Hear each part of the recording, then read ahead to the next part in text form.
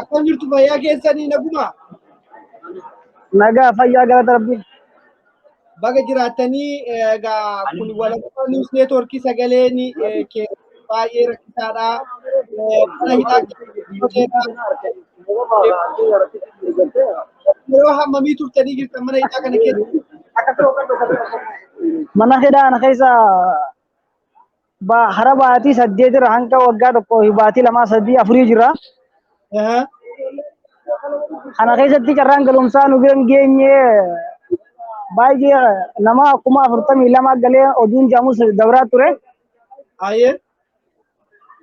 Kan namni galee jira dhaabbatu sajamus ni jira sagaleen deemus namni hidhaa jiru nama 100 takka oli kan dhiiroo kun saba Itoophiyaati miti moo saba maaliiti as keessa rakkachaa jiru kun amma keessattuu maal seete ji'a tokko keessatti nama 100 takka akka galchan si gala.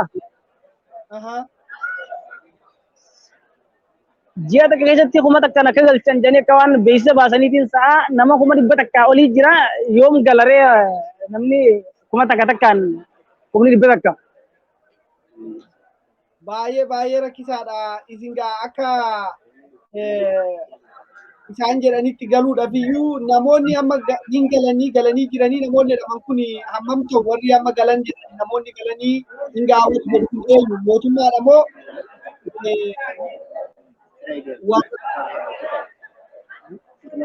Egaa kan jiru ambaasaadarumaatu ambaasaadaroota yookaan koominitii asiitu kan poostii godha. Barreeffama gaachuma jalatti agaranii ilaallaa beektaa? Tole. Jidduu duraa san jechuudha guyyaa 8 moo kanaaf baay'ee galchanii bakka carraan galumsaa kun nu geenye egaa lammiin Itoophiyaa kun suudii keessa yoo kam xiqqaate 200 ol ni caala namni garuu isaan kan jedhanitti nama 42 maaltu jira jechuudha kan dhageenye hanqa san galchanii garuu kaasitti haafee kun rakkoo guddaa keessa jira rakkoo cimaa rakkoo ulfaataa keessa jira. Yaa isin amma galuudhaaf fedha qabdan warri fedha kan hin qabaanne mootummaadha jechuudha. Nuti galuudhaaf fedha guddaa qabna. Maaliif akka isaan nu galchuu dhaban illee garuu hin beekne.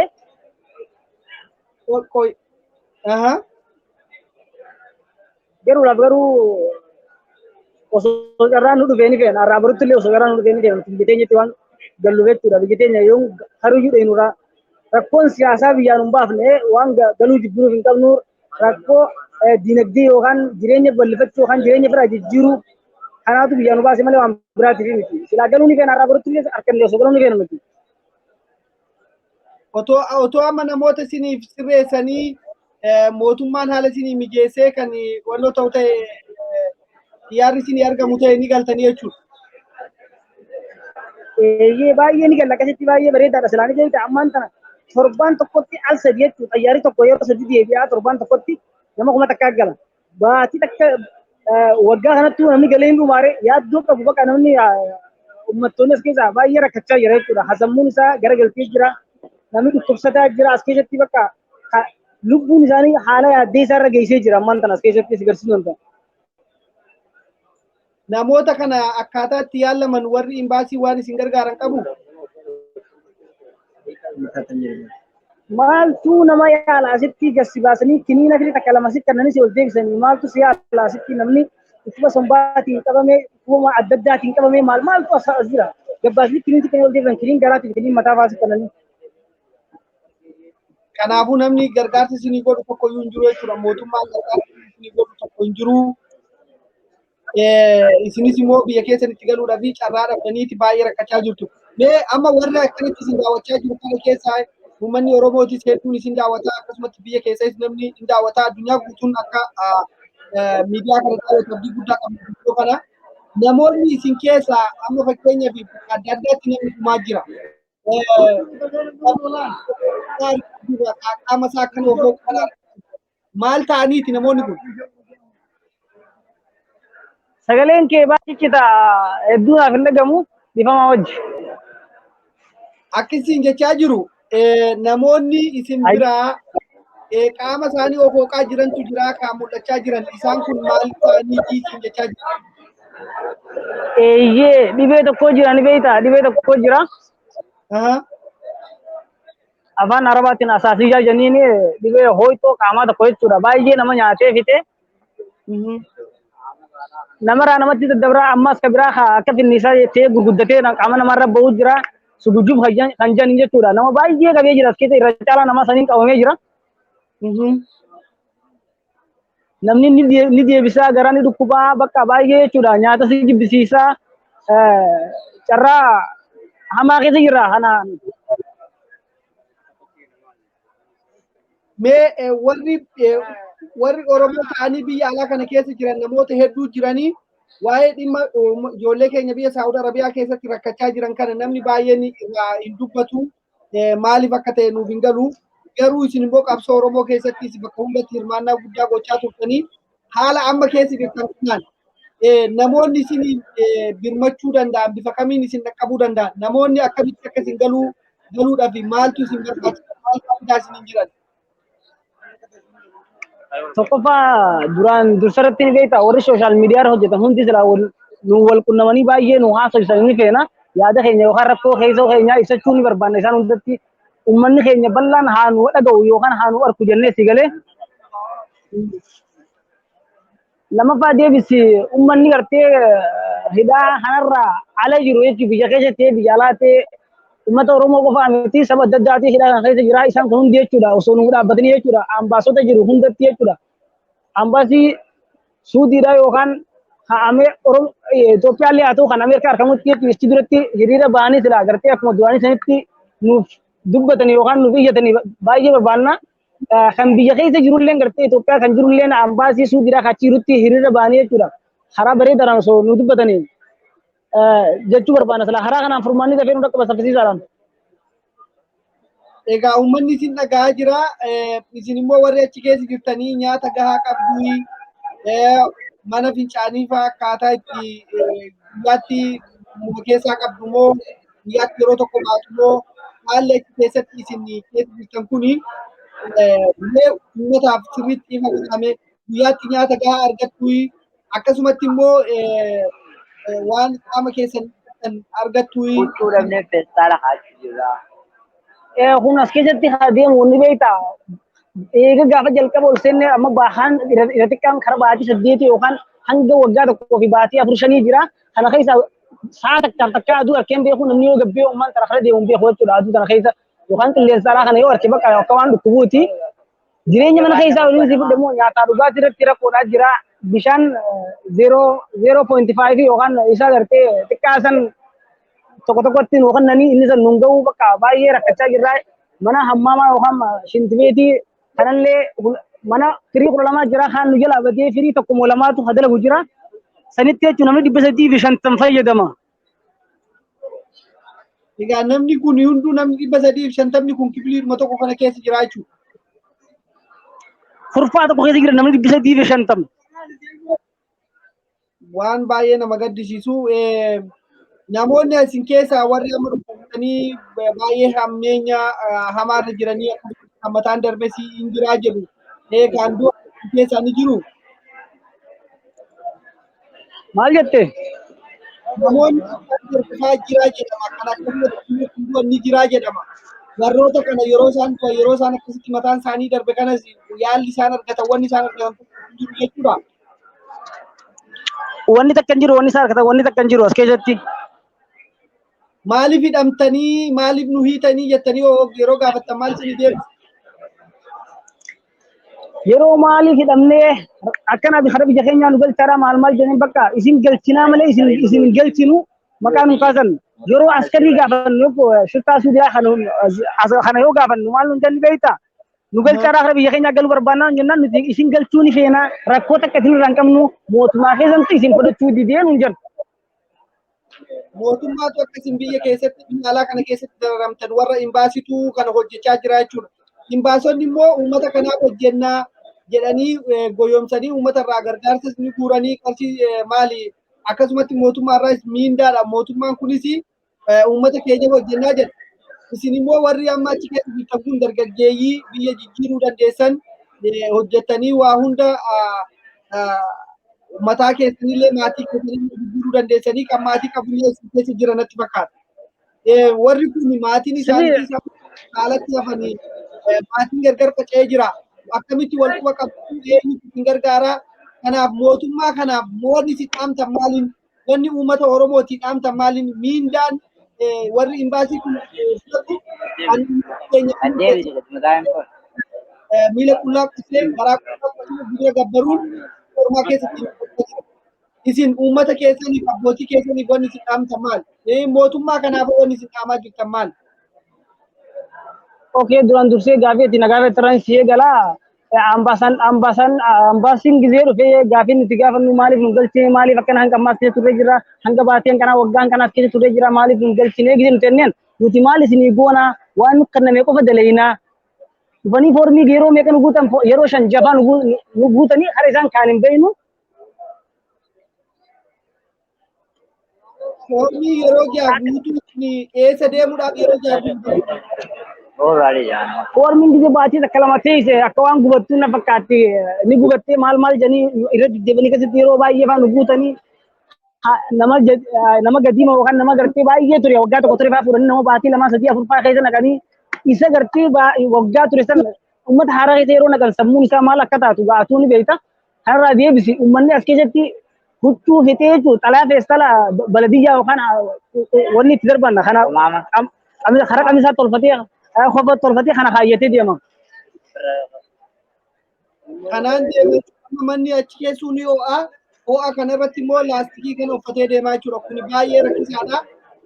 Egaa wanti kun yeroo dheeraadhaaf uummata keenya qofa moo uummatuma sabaaf sablammoota yeroo warra Beeshii, Pakistaanii, warra Masrii, warra Suudaanii, warra Isinuma qofatu hidhamee jira bifa kana.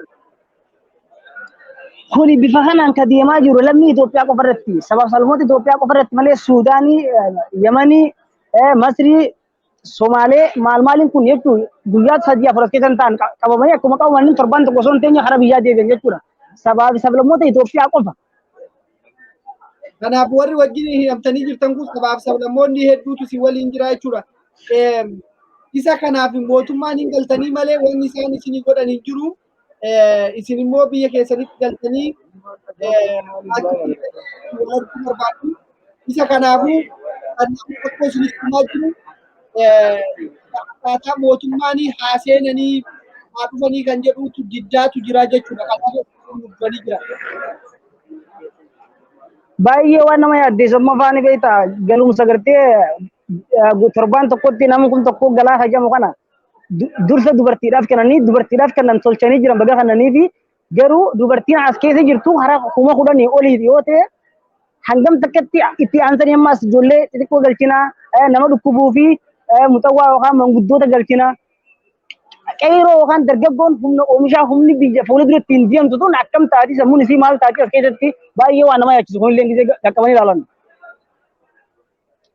Dhugaadha. Egaa namni kun yaaliin qabu mootummaan akkamittiin akkasiin amma fakkeenya mana hidhaa Liibiyaa keessa illee turree jirra. Rakkoo mana hidhaa kana baay'ee beekna. Arabni akkamitti akka nama wannoo godhu nama miidhuu ni beekna. Garuu warri Amnesty International, Human Rights Watch, warri mootummaa addunyaa warri miidhagina namaatii dhaabbatan viidiyoo kana daawwatanii akka isin bira dhaabbatanii qabna. Egaa wanni nuti amma gochuu dandeenyu hawaasni Oromoo kun dinagdeedhaanii wanni baasuu danda'amu jiru. miti rakkoo mootummaati. Mootummaan kun isin lammii Itoophiyaa miti isin hin fudhannu jedhamoo isin lammii Itoophiyaati kan jedhu kana maaliif inni isin hin fudhanne jedhee Kana rakkoon heesoo isaanumatu jira malee waa isin fudhannullee hin dhageenye garuu maaliif akka lammiin Itoophiyaa qoftiin suutii keessa hidhamee turu qofa baay'ee waan nama ajaa'ibsiisu jechuudha. Lammiin biraa kan hidhame ni gala. Kun ammoo maaliif ante guyyaa lama sadiitti nama nu biraa galee jira jechuudha. Warri biyya biraa keenya asuma ta'a amata lama sadii asuma ta'a maaliif? Mootummaa ni qabna mootummaan maaliif nu galchine? Maal godhu jira? Maal biyyaa yaada mootummaa yoo nu galchuu baate? Dargaggoon as keessa jirtu dargaggoon biyyaan deemtu maali? Sammuun isaanii jeeqama baay'ee qaba. Nama kuma dhibba takkaa olee namni hidhaa jiru. Nama kuma dhibba tokko jechuun biyya alaa kana keessatti maallaqa guddaadha. Namni kuma dhibba tokko guyyaatti qarshii miliyoonan galcha biyya ormaatiif baay'ee akka doolaara nama kuma dhibba tokko mana hidhaa keessatti jechuun waan salphaa miti. Namni kun sila uummata keenya qabeela keessa jiru kana beelarraa qabaasuu danda'u. Garuu mootummaa dhabuun biyya dhabuun mirga dhabuun akkasitti uummata keenya dararaa jira. Egaa wanni amma fakkeenyaaf achi keessatti namoonni yeroo du'an namoonni simbiraa du'a wayii jiran yoo jiraatan eessatti awwaalanii imbaasiin maal jedha warra du'an kana. Rabbi galanni haa ga'u hanga ammaan tanaatti naannoo keessa du'e hin jiru garuu ammoo carraa du'aa carraa bal'aa qabu ni jira as keessa baay'een ni jira. Warra kanaaf dhukkubsatanii amma yeroo isaan dhukkubarra jiranii yaaliin hin argatanii jette.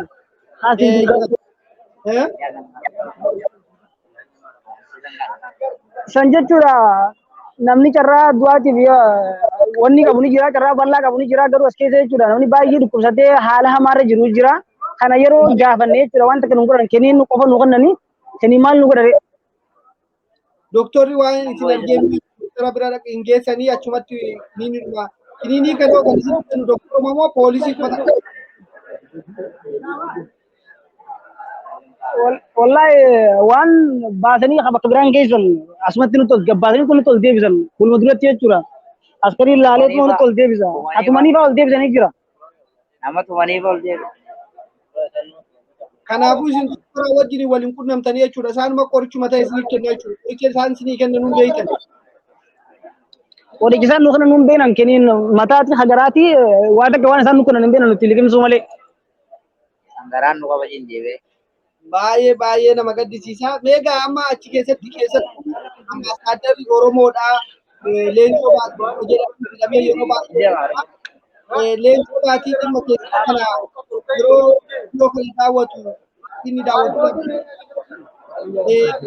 daawwachuu baate gara ni dabarsina. Meegaa inni kan isin jettanii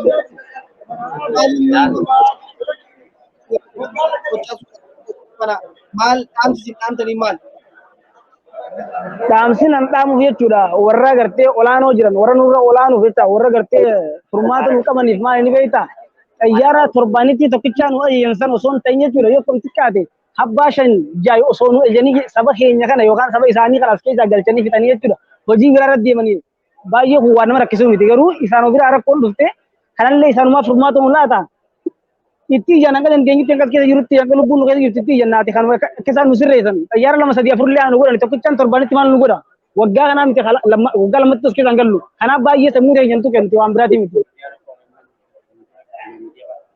Egaa Rabbiin si waliin haa jiraatu kan yoo dandeenye warra gargaarsa godhanitti si ni dubbanna warri waan kana daawwatan immoo arganii akkasuma rakkoo keessan kana furmaata godhan abdii guddaa qabna. Kunis immoo jabaadhatu waan dandeenyeen fuuldura dhaabbannu sagalee keessanii taana uummanni keenyas biyya keessaa kan isin daawwachaa jiruu fi yoo dhaamsa qabaatan wanni isin uummanni keenya bakka baadhaa nuti dhaabbachaa jirtan dura hiriira nagaa godhanii yeroo ammaa keessatti biyya keessatti hiriira deeggarsa mootummaa malee hiriira lammii waan uummanni keenya danda'ee bahuu qabu. Kanaafuu uummata keenya rakkoo uummata keenya illee beekanii ofiifuu beelatu jira, jireenyi qaala'ee jira. Isa kanaafi wanni isin akka namoota rakkoo uummataallee hubattanii dhaamsa qeerroo isin fakkaattu ijoollee akka keessanii kan biyya keessa jiraniif akkasumas jiran warra kanaafi dhaamsa keessan dabarfadhaa. Oke sirriidha. Kana wanni dhaamsa dabarfannu dhaamni nuti qabnu ni beektaa. Warreen araddarraa kaase hanga aanaatti hanga Oromiyaatti hanga federaala biyya guutuutti jechuudha. Warri hanga yeroo safsabaa ba'an san qaama isaan bira dhufsanitti uummanni keenya kanattidhaa jira. Uummanni ilmaan keenya kanattidhaa jira. Maal jedhanii jechuudha. Uummanni keenyaan sadarkaa gadi sadarkaa abbootii keenyarraa kaase osoo itti nu himani jechuudha. Deemee qaama ilaallatu bira hin dhaqaa asiin furmaata illee argachuu ni dandeenya. Qeeroon teenyeen akkuma jirtu dargaggoonni humna oomishaa humna biyyattii fuuldurtiin deemsa illee ta biyya keessa jirtu jechuudha. Hiriira fa'aa baatee jechuudha. Ambaasii duratti fuula duratti yookaan qaama olaanaa duratti hiriira fa'aa baatee osoo kana nu dubbattee carraan galumsa keenyaa dhiyootti ni jira jechuudha nu yaadu. Hayyee galatoomii namni biraa namni dhaamsa qabu yoo jiraate namni waa dubbachuu barbaadutti yoo jiraate obboleeyyan keetti kenniti isaanis immoo yaada isaanii yaada barbaatan. Okay, tinggal.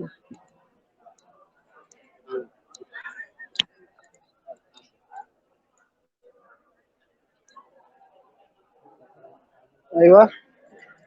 Nagaa dubbadha. Hayyee akkam jirta nagumaa fayyaa keeti hammam qabda mana hidhaa kana keessaati hammam turtee jirta? Ani mana hidhaa kana keessa amma ji'a 8. Ani ji'a 8 ijoollee waggaa tokkoo fi wayiitu jira. Ani ji'a 8 akkasitti jechuudha. Mootummaan nama galchaa jira namni galaa jira jedhu isin akkamitti galuu dadhabdanii akkamitti isin galchuu didan maaliif wanni isin galchuu didaniif? Maal jettan hin dhagamu.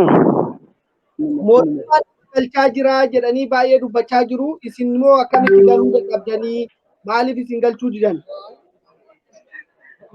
Ambaasiin kun akkanumatti yoo irratti dawwalullee silkiin irratti cufanii gisee hunda akkanatti nu azaanu godhanii ittiin akkanatti hin galtan nuun jedhanii afaan nu sobanii yeroo hundaa jechuudha. Dhufanillee nu birallee dhufanii yoo deebi'an nu sobanii tumaan nu biraa deemanii maal akka ta'e nu godhuu deebi'etani. Kanaafuu ambaasiin dhufee yoo isin dhufee isinitti dubbatu hin galtuu malee qabatamaadhaan namni isin keessaa galee hin jiru.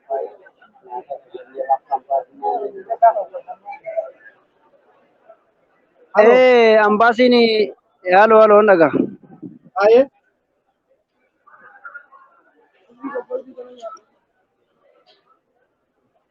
Halo.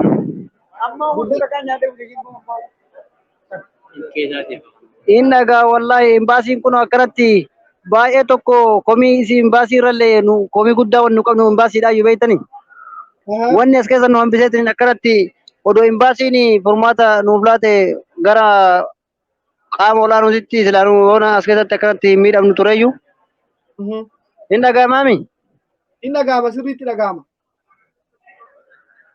Kuno sababa imbaasiiti. Imbaasii sababa imbaasiitii fi sababa ambasaaddara biyya kanaati bakka akkanatti nu asiin nu cinqeetiin as keessa nu hambisaa jiru jechuudha. Odoo ambasaaddari furmaata tokko nu kaa'ee sila akkanatti hin cannaqabnu. Harumaayyuu amma yeroo ammaa kana keessatti mootummaan achi dhufeetti eenyuleen sobaatu deemaa kan jedhu dubbatamaa ture.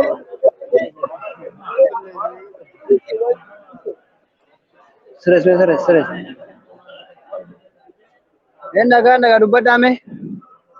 Leencoo baatii ambaasaadar leencoo baatii achi biyya sana dhufee Oromoo kan hojjetaa jiree baay'ee dubbachaa ture. Deemanii kan isaan haasaa ture. Warra kan keessaa carraan sun maal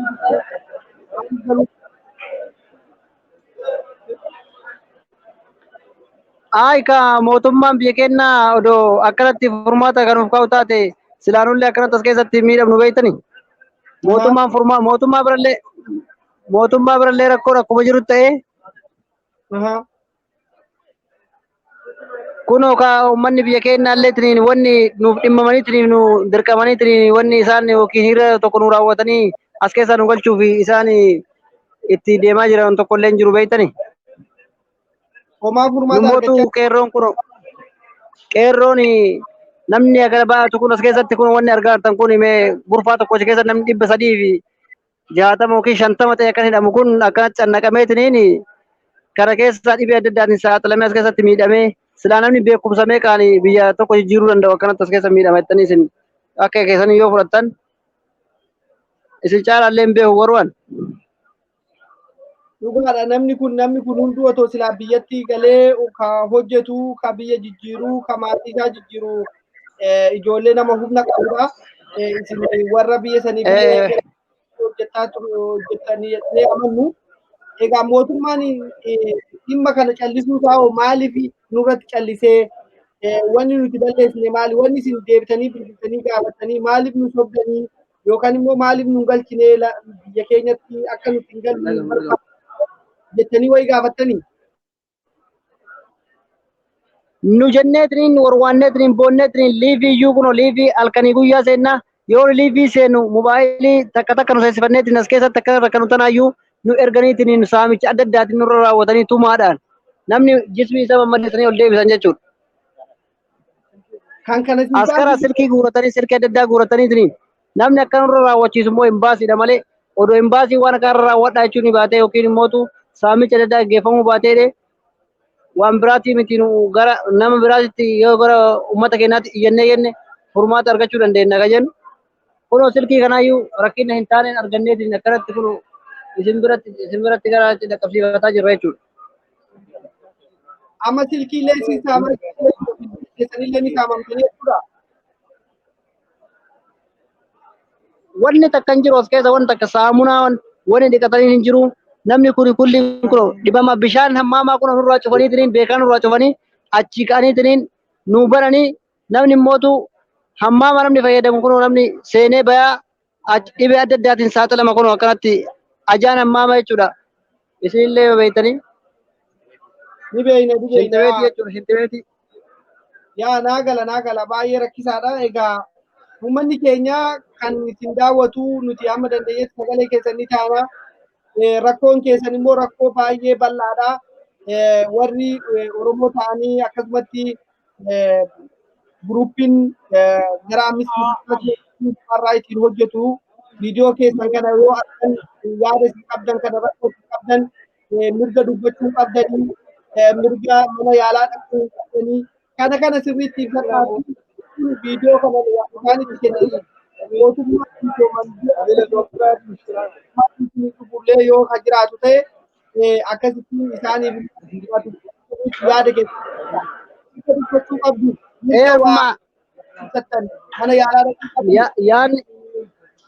yaanni guddaan ni qabu maalillee seetanii nu kun akkanatti mana hidhaa keessa rakkataa jirra rakkina kana akka nurraa furanii warri silaa aangoo guddaa qaban achi isin immoo gara aangoo guddaa kanatti yoo isin dabarsanii jettan miidiyaan yoo dhaga'eedhe warri miidiyaa kun dhageeffatanii halkanii guyyaa waan ta'eef miidiyaa kana dhageeffatanii akka furmaata nuu laatanii maaliif nu saba isaaniiti saba yookiin immoo namni kun osoo asii gara biyya ofiitti deebi'ee nama waa hedduu fiduu danda'u jechuudha jijjiirama biyyattii waan ta'eef kana waan ta'eef nu bira dhaabadhaa jechuun ni barbaanneeti waan biraatii miti nu. Ayee hedduu galatoomii egaa namni biraas yoo kuno daa'imman qabnaa kuno daa'imman wajjin as keessa teenneetiniin alatti birrii kafalla alatti as keessa teenneetiniin hidhaa keessa teennee dalagannee birrii kafallu as keessa teenneetiniin birrii kafalla. Waan baay'ee tokko nama gaddisiisu jechuudha. Dhugaa isiniin jedha. Daa'ima meeqa qabda? Anama akka mataa kiyyaatti daa'ima 2 qaba. Eessa jiran? Eessa jiran? Amma ijoolleen keessa jiran. Hidhaa jiran moo ala jiran? Ijoolleen amma hojii jiran warri daa'imman qaban nama hedduudha bakkee nama 300 kana keessa nama gara 100 ho'iiti. Akkasumatti kun nu amma daa'ima kanaa wajjillee nu galchaan jiranii daa'imman keenya alatti kun karabaa irraa kafallaa nyaata qabdi daa'imni namni nu qabu sun birrii nu gaafata kun akkana cannaqamaa jirra isin jedha kun nuti nu birmadha akkanatti akka nu birmattanii haati qabamtee immoo mana hidhaa keessa jirti mana hidhaa keessa jirti haatis qabamtee mana hidhaa jirti atis qabamtee mana hidhaa jirta ijoolleenis immoo akkasumatti qabamtee ijoolleen immoo namoota hiriyoota qabamne Ijoolleen amma fakkeenyaaf amma daa'imni kiyya lamaan amma hin qabne fakkeenyaaf daa'imni kiyya Malee lamaan bakka biraa jira. Bakka biraatitti isiillee bakka biraatti qabanii isiin gabbaatee naan ala qabanii daa'imni immoo manatti itti cufanii biraa deemanii daa'ima nama biraatti fuudhee naa biraa bira jira daa'imni kiyya. waan hedduu nama Birriin jiraachisaas keessa taa'een. egaa warri NGO warri hojjetanii warri dhimmi kun laallatu deebisan at least biyya tokkotti biyya gara Suudaanitti haa ta'u gara Keeniyaatti biyya barbaadanii hin baasanii hawwii keenya egaa wanni kun hedduu nama gaddisiisa hedduu namatti ulfaata. Haati mana hidhaa jirti, abbaan mana hidhaa jira, ijoolleen immoo nama biraa bira jirti amaana isaanii. Ijoolleen kun rakkoo beekanii Akkasuma beeytanii amma akkas ta'eetanii amma warri daa'imman wajjin qabamee mana hidhaa jirullee jira. Amma daa'imman tuni amma mucaan tokko amma na bira jira as keessa jira. Inni daa'imni isaa inni qabamee jira daa'ima wajjin qabaniitiniin haadha daa'imni biraa jalaa duuti. Daa'imni jalaa duute inni asii ka'ee amma immoo kana daa'ima jecha isaasitti miidhama guddatu irra gahaa jira ismaayyuu jechuudhaan malaala. Isin baay'ee nama gaddisiisa rabbiin isaa mana hidhaa kana keessa akkanatti kun miidhamee ture achi yoo daa'imni jalaa duutu isin immoo waan isin dhagamullee isinillee beeytanii waa isin caalan beeynu nuyi akka furmaata nuuf taatan akka miidiyaa guddatti dabarsanii miidiyaa garaagaraatiin akka nu iyyitanii keelloo miidiyaa shabboo baay'ee akka isaan isin qunnamne hundumayyuu ni goona. Irra caalaa waan amma isin jettan kana uummanni keenya biyya keessatti akka daawwatu ni dabarsinaa gara televezyiiniitiin akka isaan daawwatan ni goona. Wanni waadaa isinii seenu kana warri rakkoo isin amma keessa jirtan haala isin amma ittiin mul'achaa jirtan kana akka isin argan kana uummanni keenya akka isaan argan fakkii tokko ni agarsiisa. Gara miidiyaalee adda addaatiinis immoo ni qoonnaa. Isinis jabaadhaa jechuu danda'aadha. Egaa rakkoo kana keessa yoo rabbi hanga biyya alaa jiru kun roorroo daangaa darbe biyya dhabuudhaan keenya nurratti bifa kanaan akkasitti irratti raawwatamuun baay'ee nu gaddisiisa akka walaqummaa nu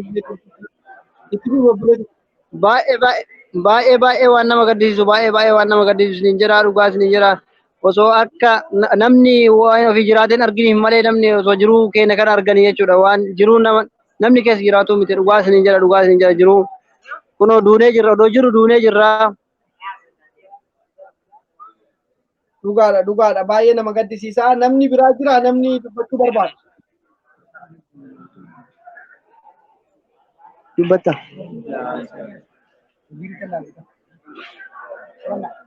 Oh ya Duman.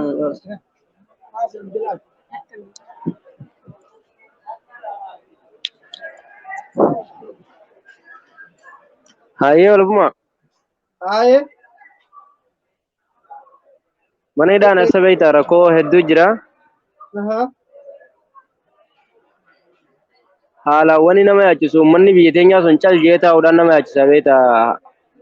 Haadhaa fi abbarraa qabi haga obboleeyyan gooti. Dhugaadha uummanni keenyas akkuma beektanii egaa rakkoon uummanni keenya keessa jiru haalli amma jiru kun baay'ee ulfaataadha.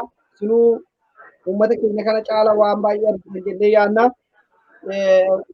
Rakkoon wal fakkaataadha akkuma jiru jennee yaadna uummanni keenya. Garuu warra biyya alaa jiru Awustiraaliyaa jiru Ameerikaa jiru biyyoota adda addaa jirutti xiqqoo furmaata kanaaf waan kanaaf furmaata dhiibbaa gochuu danda'a. Imbaasii biyya sanaa hawaasni Oromoo dhaqee haasofsiisuu danda'a. Sheekotiin Oromoo warri masjiida keessa jiran walitti dhufanii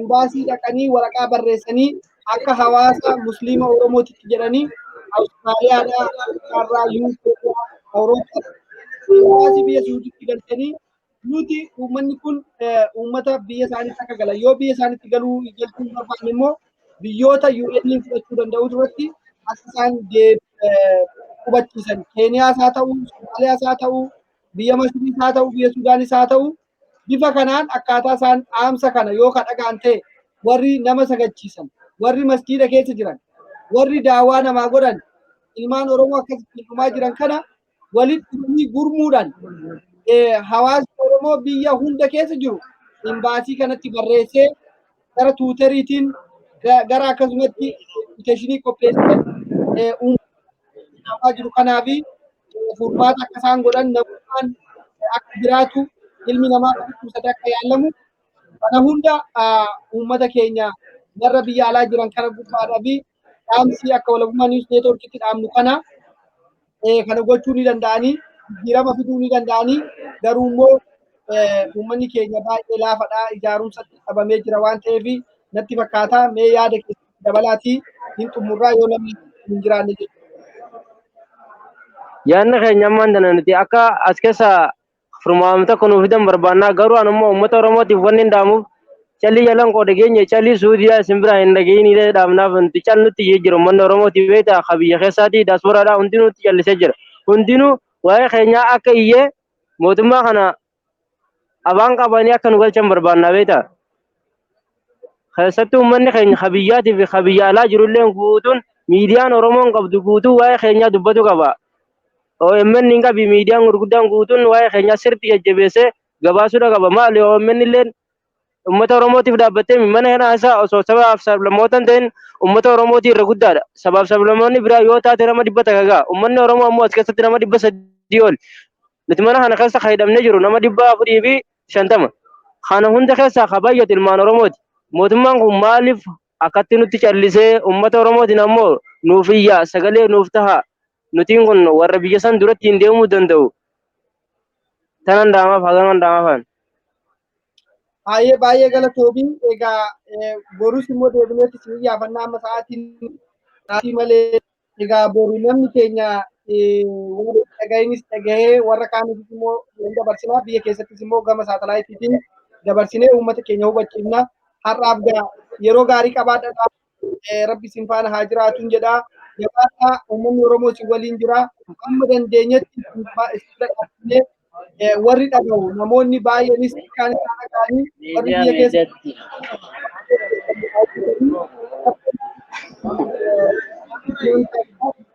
ergaa fi baadhaa isin jedhaa lafa waraabaa rabbiin isaan maatii ilmaan keessatti